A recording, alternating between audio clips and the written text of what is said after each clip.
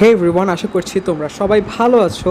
So আজকে আমি তোমাদেরকে দেখাবো অনেক ইজি একটা ডেজার্ট রেসিপি, যেটা যে কেউ বাসায় ইজিলি বানাতে পারো। তো সেটার জন্য আমাদের সবার আগে একটা নাইস বোল লাগবে, এবং বোলের মধ্যে সবার আগে আমরা যেটা দেবো সেটা হলো সুইট ইয়োগার্ট বা মিষ্টি দই, এবং এটার উপরে চকলেট হার্শি সিরাপ আমি দিয়ে দিচ্ছি। যেহেতু আমার চকলেট হার্শি সিরাপ অনেক বেশি প্রিয়, তাই সবখানেই আমি এটা ইউজ করি, যদিও ইউ ক্যান রিয়েলি ইগনোর ইট।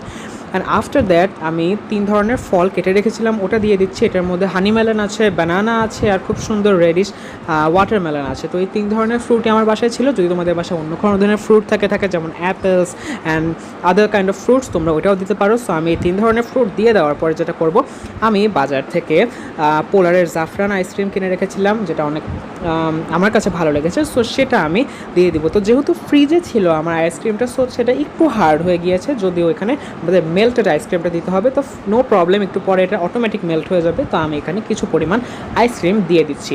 তো আইসক্রিমটা দেওয়া হয়ে গেলে এবার আমি কিছু ক্রাশড ক্যাজুনাট দেব। যেহেতু আমার ক্যাজুনাট অনেক প্রিয়, তোমরা চাইলে অন্যান্য বাদামও দিতে পারো। ক্যাজুনাটটা দিয়ে দেওয়ার পরে আমি যেটা করব, আমার যে মেল্টেড সুইট ইয়োগার্টটা রয়েছে ওইটা আমি আরেকটু উপরে দিয়ে দিচ্ছি। এটা অনেকটা স্তরে স্তরে তৈরি হবে। তো এরপরে আমি যে অবশিষ্ট যে ফ্রুটগুলো ছিল সেটা এটার উপরে দিয়ে দিব। প্রথম স্তরের ফ্রুটের থেকে দ্বিতীয় স্তরের ফ্রুটটা একটু বেশি হবে, এবং পুরো ফ্রুটটা দিয়ে দেওয়ার পরে আমি এটার উপরে মেল্টেড আইসক্রিমটা দিয়ে দেবো। যেহেতু আমি প্রথমে একটু আইসক্রিম দিয়েছিলাম, এরপরে মেল্টেড হয়ে গিয়েছিল বাকিটুকু আইসক্রিম, সো ওইটা আমি একদম উপরে দিয়ে দিচ্ছি। অনেকগুলো আইসক্রিম দেওয়ার প্রয়োজন রয়েছে। তো তোমরা যারা অনেক আইসক্রিম খাও বা অনেক সুইট পছন্দ করো, তোমাদের জন্য তো ইটস রিয়েলি গুড। আর যারা কম খাও তোমরা কম দিতে পারো, বাট বেশি দিলে টেস্টটা অবশ্যই বেশি আসবে।